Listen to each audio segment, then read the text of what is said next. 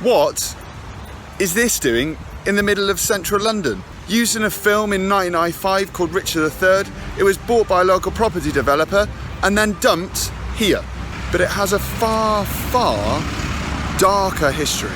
Imagine 2,000 of these tanks rampaging their way through your local town. That's exactly what happened in 1968, when this tank and 20,000 Soviet troops invaded Czechoslovakia to secure communism.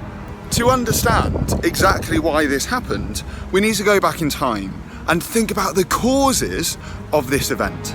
Bratrská návštěva vojsk takzvaně spřátelených zemí narůstá do tragických rozměrů. V Praze se stále častěji ozývají výstřely. Sovětské tanky obsazují Vinohradskou křížku po celé délce až k Holšanským hřbitovům. Barikády z aut a autobusů brání okamžitém obsazení budovy. Zde dochází také k dalším. At the start of 1968, the leader of Czechoslovakia was a man called Antonin Novotny. Under Novotny, Czechoslovakian goods, especially steel, was sent back to the Soviet Union.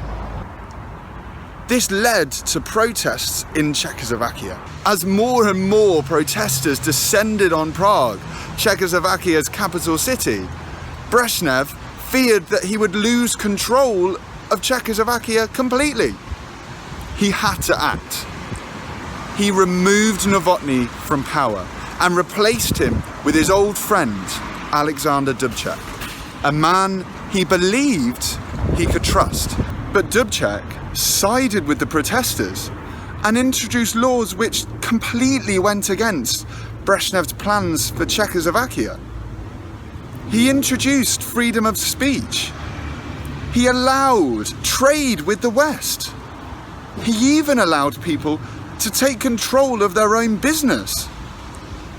He called this communism with a human face.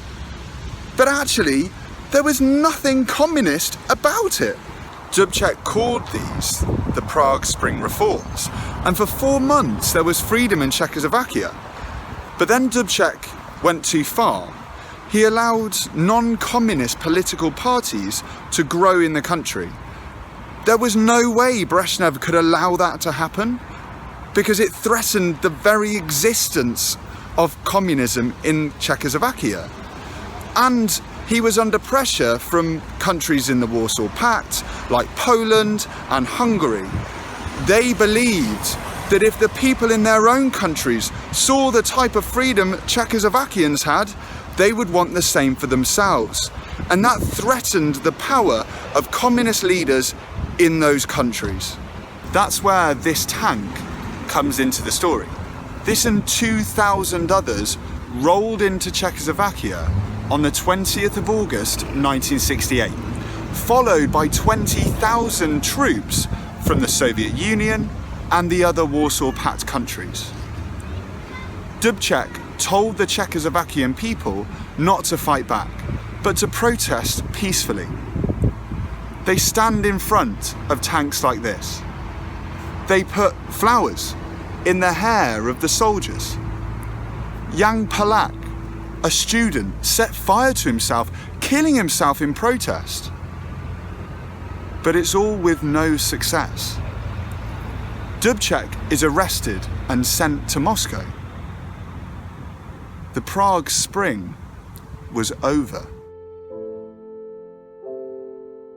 America criticised the invasion of Czechoslovakia, but Brezhnev explained his actions by saying that communism was under threat. He goes further and says he'd do this in future if communism was threatened in other Warsaw Pact countries and use force, invade if he needed to. He calls this the Brezhnev Doctrine. This slows down détente between the USA and the USSR.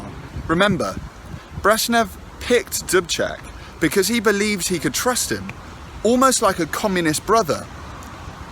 Brezhnev meets the imprisoned Dubček in Moscow and famously, in tears, forces him to sign the Moscow Protocol.